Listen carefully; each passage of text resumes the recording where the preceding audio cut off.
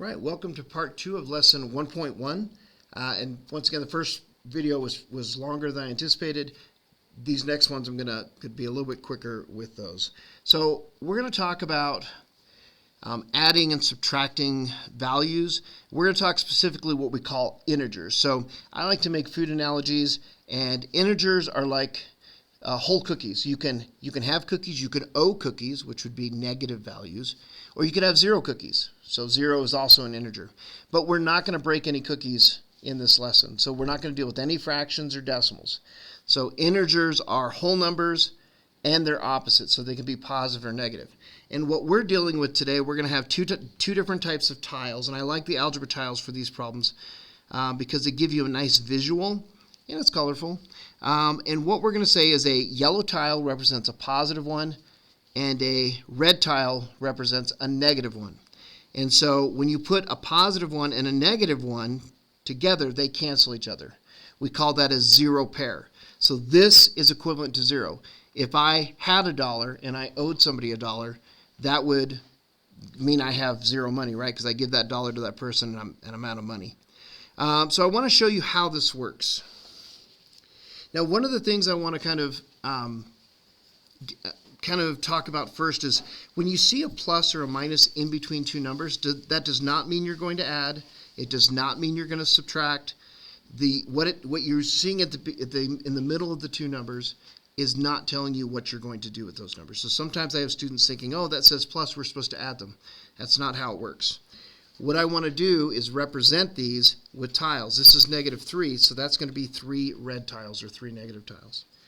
And we have a +2, that is going to be 2 yellow tiles. And now we're going to talk about alliances and wars. So this is a war because it is negatives versus positives. So we recognize a war when we set up using tiles because they have different color uniforms. It's red versus yellow. So how do you know if it's a war? If the colors are different.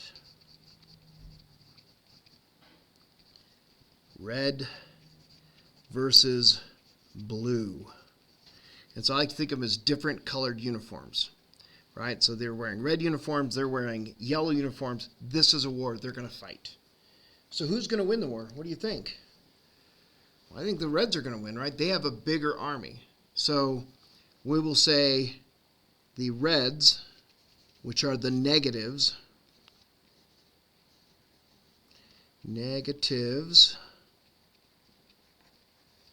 win.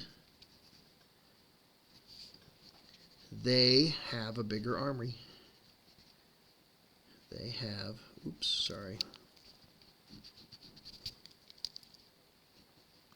They have a bigger army.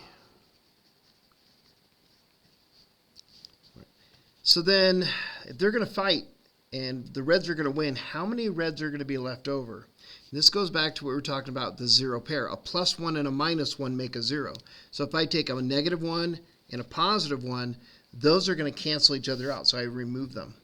And the same thing here. These two, I take those and I remove them. That's only going to leave one negative.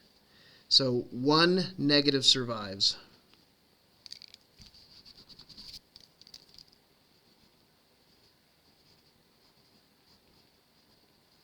One negative survives. So in other words, our answer here is going to be -1. So our -3 plus 2 is -1. And once again, I want to point out, we didn't add these numbers, right? This plus didn't mean we were supposed to add them. You have to look at each of the signs for each problem in order to figure that out. All right, let's go and take a look at some other examples down below. So here I have 5 minus 3. So we'll go ahead and build that. Here I have 5 yellows because that's +5. And then we have -3. Now a minus is treated as a negative. So sometimes I'll have students see this as a minus, as subtracting a +3. And I don't look at it that way. I see a subtraction symbol as meaning this number is treated the same as if it were a negative. So I just want to kind of clarify that. If you see a subtraction symbol, you're going to treat that number as a negative. So this is a positive 5. This is a negative 3. This is another war. We can clearly see, right? Who's going to win this war, positives or negatives? Well, there are more yellow tiles, positive tiles, than there are negative tiles. So positives are going to win. How many positives will survive the battle? Well, we take a positive and a negative, pull them off. Take a positive and a negative. That's a 0 pair. We pull it off. And then one more positive and one negative. And you just keep pulling a positive and negative until there's only one color left. So here we have 2 as our answer, positive 2. And of course that makes sense. I mean 5 minus 3 is 2.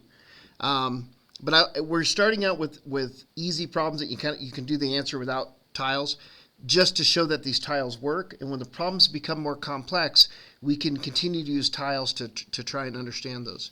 Let's take a look at the next problem. So this is a 5, so that's still 5 positive tiles, right? And then now it says plus negative 3. Well, there's a negative 3, but it says plus negative 3.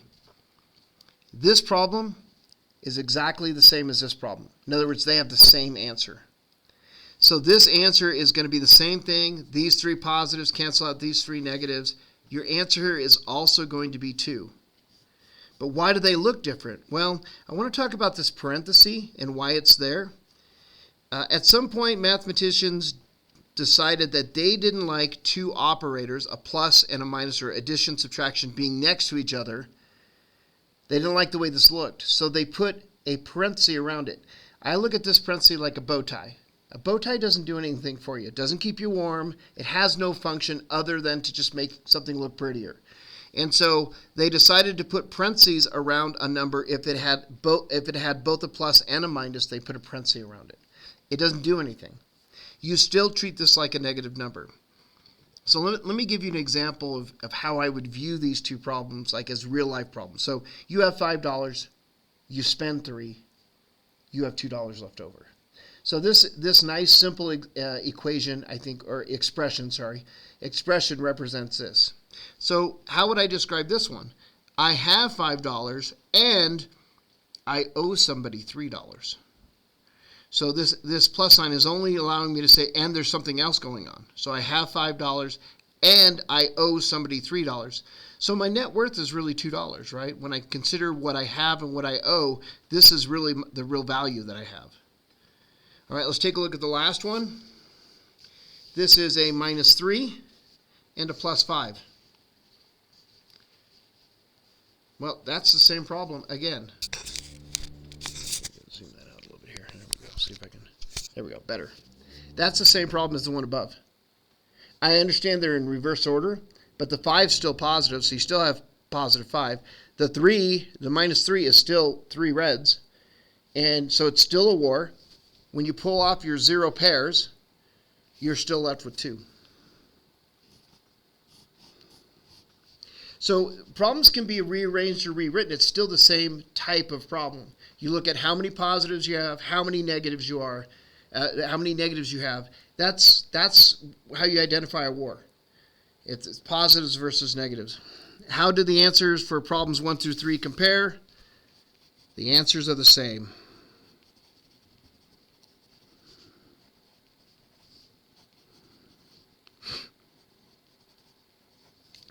Now, you can do these problems with number lines. And for a lot of you, if you took foundations, you probably use number lines to do that. And number lines are fine. If that works for you, that's great. But I do tend to find that starting to visualize these as colored tiles actually makes it a little bit quicker and easier than counting on a number line. And so I think you'll find that method a little bit faster. Right, let's take a look. That's the end of page 2, so that's the end of this video. Please continue on to the video for page 3.